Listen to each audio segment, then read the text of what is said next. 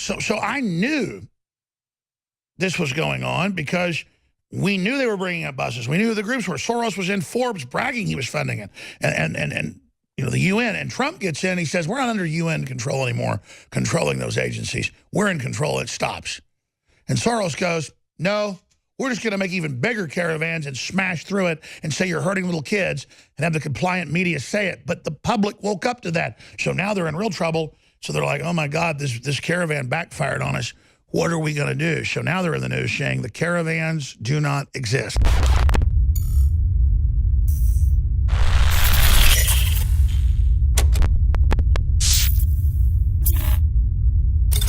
All right, we're going to your phone calls, and then in the fourth hour, Mike Adams has got really important news information to cover. A lot of new breaking news, obviously, around the country. They're claiming these races are extremely close, and I would tend to disagree with that because the polling is historically so fake. But you do have record turnout right now of young people. And it's true that half of millennials call themselves communists or socialists in major polls. But most Generation Z, so I guess that's about under, what's Generation Z? Under 20? Generation Z, or I guess under 18. Generation Z is mainly libertarian or conservative. But there is a 500% increase in Texas of people who are millennial under the age of 35. And that signifies big trouble for Ted Cruz. My God, if we get Beto O'Rourke, Beto, which in Spanish means pedophile. Why not be fake news? Mainstream media is now. I'm being sarcastic, folks. He doesn't really mean pedophile. I think it means like billionaire, fake interloper, carpetbagger. That's. Well, Beto means beta. What it really means is somebody that talks in a fake voice. If you talk like this, it's how Bernie Sanders and Obama talk, then you're somebody. But he's like Chris Cuomo. He's a hit-and-run guy.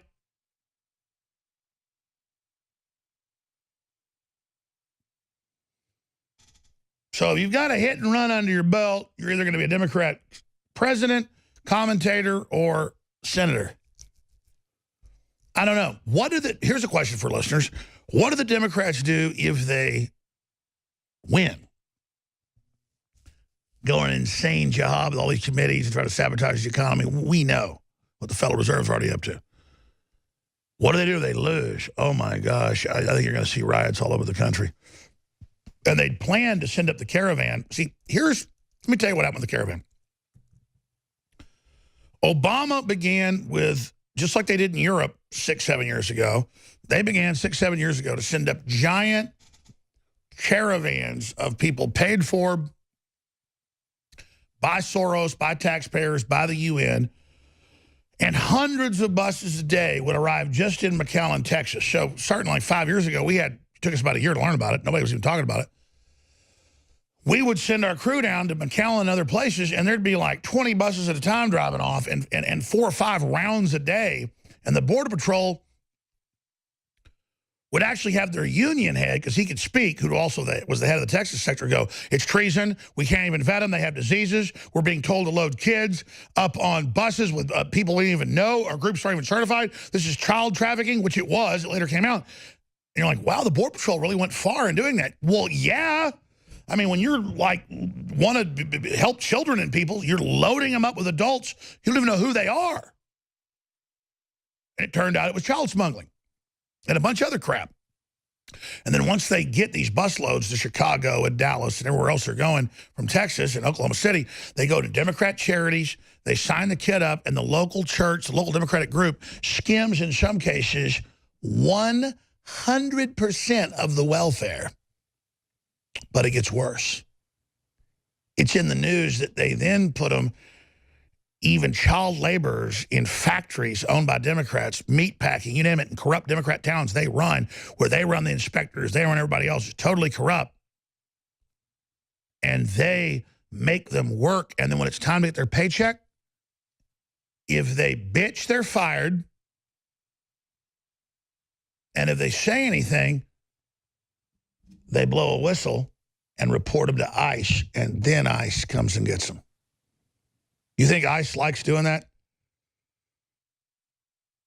Going to some dirty apartment where there's a bunch of teenagers and people and there's everything else going on, and there's girls doing prostitution in the back room just to pay for the rent, and all the money skimmed off of them. There's a pimp running them for sex. The Democrats are getting all the welfare money. And then they don't even give them a paycheck at the meatpacking plant, some 15-year-old girl. ICE gets really pissed. And they say, we're quitting unless somebody does something about this.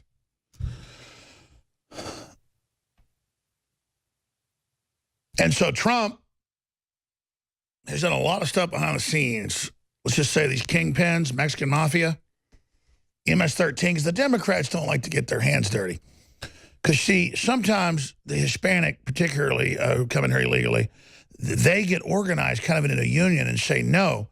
Well, then they just send in a gang and kill them. And that's why Nancy Pelosi said they're all God's children. Well, see, then MS-13, they got guns on them. And a lot of times, they pull those guns. And then it just kind of becomes a footnote when these guys get laid out. And it's not a good thing. I don't like it, but we are basically in a civil war. You don't usually even hear about these guys, what happens to them. And they're real scared right now. They've been running their mouth out how tough they are and everything else, but they're not tough. They're dead, what they are. They're 6 feet under. They're getting chewed up and spat out.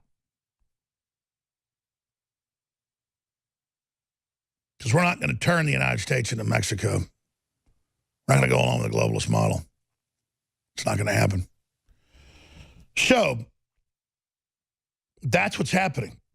And that's just one small little window into all the things that are going on. What are they going to pull? What are they going to pull with these huge mobs of 10,000 here, 20,000 there, 5,000 here, 3,000 there, marching up to crush the border? So I knew this was going on because we knew they were bringing up buses. We knew who the groups were. Soros was in Forbes bragging he was funding it. And the UN. And Trump gets in, he says, we're not under UN control anymore, controlling those agencies. We're in control. It stops. And Soros goes, no, we're just going to make even bigger caravans and smash through it and say you're hurting little kids and have the compliant media say it. But the public woke up to that. So now they're in real trouble. So they're like, oh, my God, this caravan backfired on us. What are we going to do? So now they're in the news saying the caravans do not exist. That's in my stack. They just think you'll just forget about that caravan now. Because, see, we've warned of false flags. We've warned of what they might pull. They know there's too many eyeballs and military intelligence, defense intelligence, Army intelligence, the Marine Corps, the patriots that are in the CIA, not the bad ones. They're all down there watching, and they're all tracking the leaders of this. And I bet some of the leaders of the caravan from these NGOs that are involved in a military action against the U.S., I bet some of them fell down the stairs in Mexico in the last few days. Why, I bet a few of them got ran into on the street.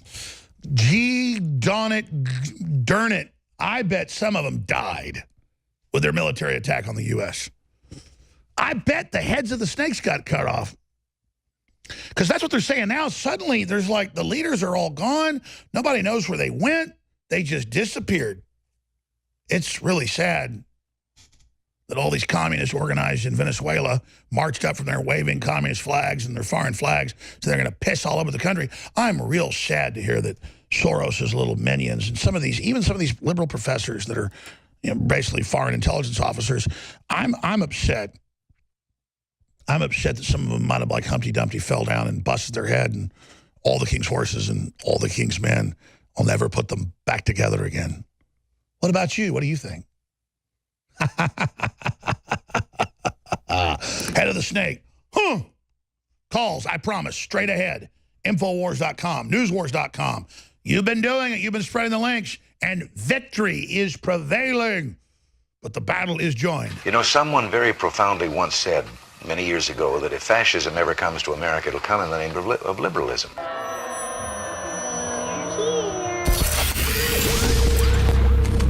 If you are receiving this transmission, you are the resistance. The globalists know that if they suppress the good halogen and pump the environment full of the bad halogens, fluoride, chlorine, bromide, you name it, that it lowers IQ. It literally dumbs the population down. And on our quest to bring our listeners and viewers the best iodine in the world, we've gone through 2 permutations. First, seaweed-based iodine that was pretty good but hard to source, and the globalists tried to block us getting a supply of it. So we discovered deep earth crystals of pure nascent iodine and brought you X2 that's been incredible. Now, due to the establishment trying to block that, we did more research and secured more of the deep earth crystals of nascent iodine. But chemists, scientists, and others showed us the research that by combining it with 3 other compounds, 2 forms of iodine and vitamin C, it supercharges it and makes it even more bioavailable. Ladies and gentlemen, you want to research it, you want to see it. It's an incredible discovery. X3, now available at InfoWarsLife.com.